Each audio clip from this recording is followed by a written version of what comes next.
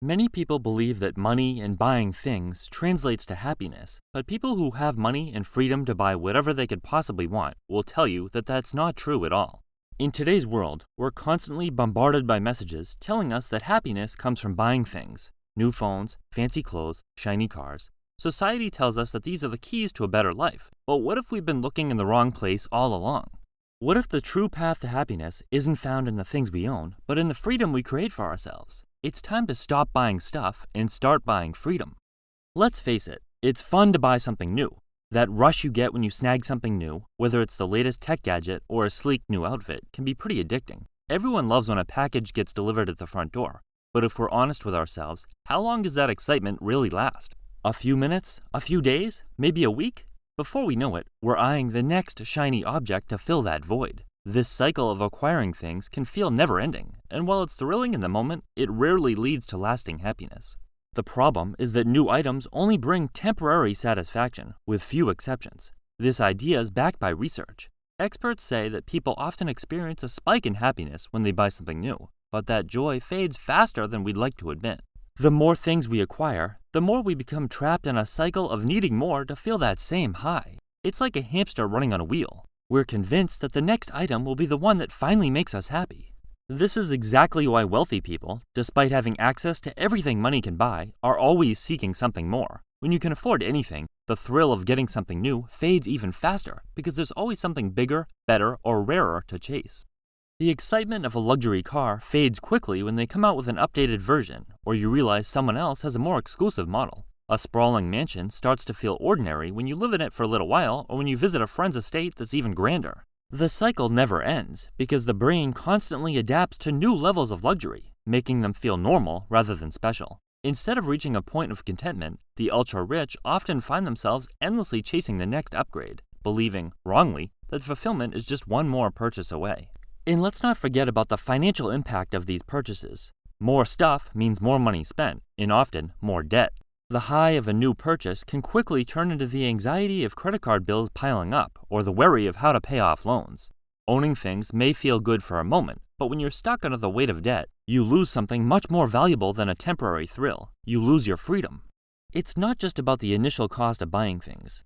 Owning stuff often comes with hidden costs. Take a car, for example. You might love the way it looks when you first drive it off the lot, but after a few months or years, you're left dealing with repairs, insurance, maintenance, and gas. All of a sudden, that luxury item isn't so luxurious anymore. It's a constant drain on your time and energy, and the financial impact is everlasting.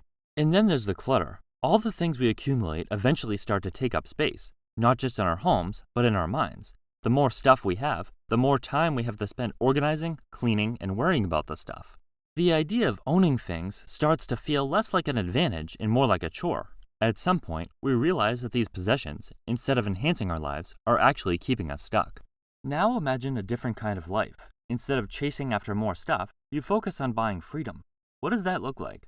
Freedom is the ability to choose how you spend your time, your energy, and your money, without the constraints of debt, obligations, and unnecessary material goods holding you back. It's about reclaiming control over your life and shaping it on your own terms rather than being dictated by your boss or the demands of bill collectors. Freedom means the ability to pursue experience over things. While buying stuff might give you a fleeting sense of joy, experiences like travel, picking up a new hobby, or spending quality time with loved ones create lasting memories and deep fulfillment. The beauty of these experiences is that they don't require constant upkeep and they don't come with the same pressures. You can fill your life with meaningful experiences and still have the freedom to live without the burden of material things. One of the most powerful ways to buy freedom is by freeing yourself from financial stress, which can be done by cutting out unnecessary junk and investing money for passive income. We often think that more money equals more freedom, but in reality, more money equates to more expenses. This is commonly known as lifestyle inflation, where expenses rise to meet income, but you can avoid this. We spend to keep up with trends, to maintain a certain image, or to buy things we don't actually need. If we shift our focus and stop buying things we don't need, we have so much more money to create financial freedom. The idea here isn't to live a life of deprivation with the goal of being the richest person in the graveyard. It means spending wisely, investing money for passive income and financial security. This is what will make you happy, and cutting out meaningless expenses which will bring you down.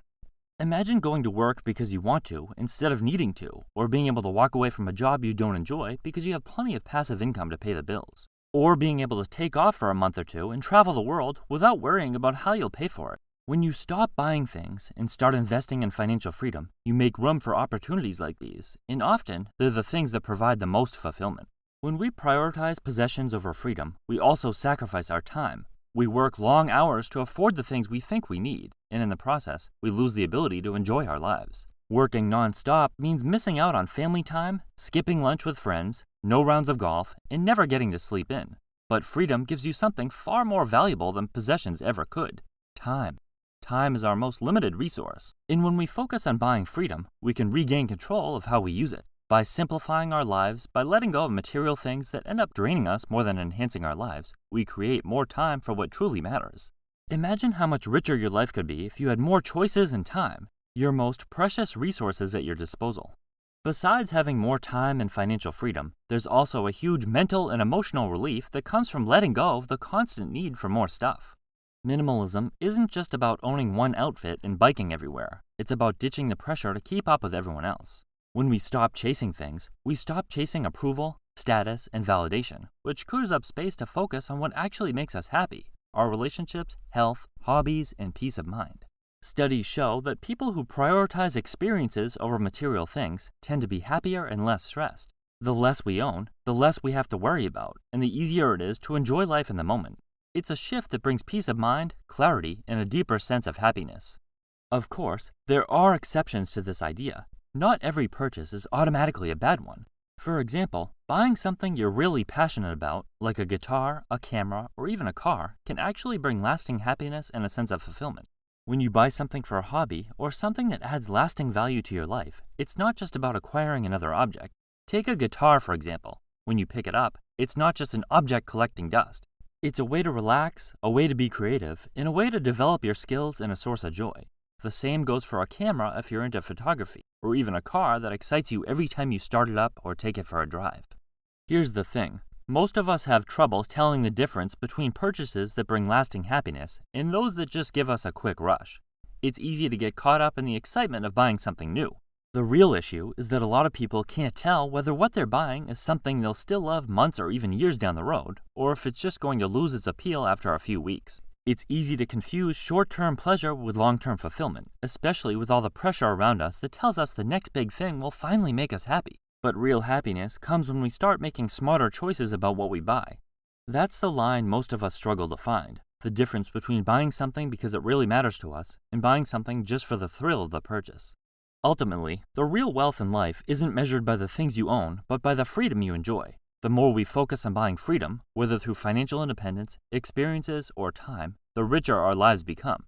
It's not about having more stuff. It's about having the freedom to do what truly matters. So next time you find yourself tempted by the latest trend or the newest gadget, ask yourself, is this bringing me freedom, or is it just another thing that will tie me down? Start buying freedom instead of things, because when you own your freedom, you own your life.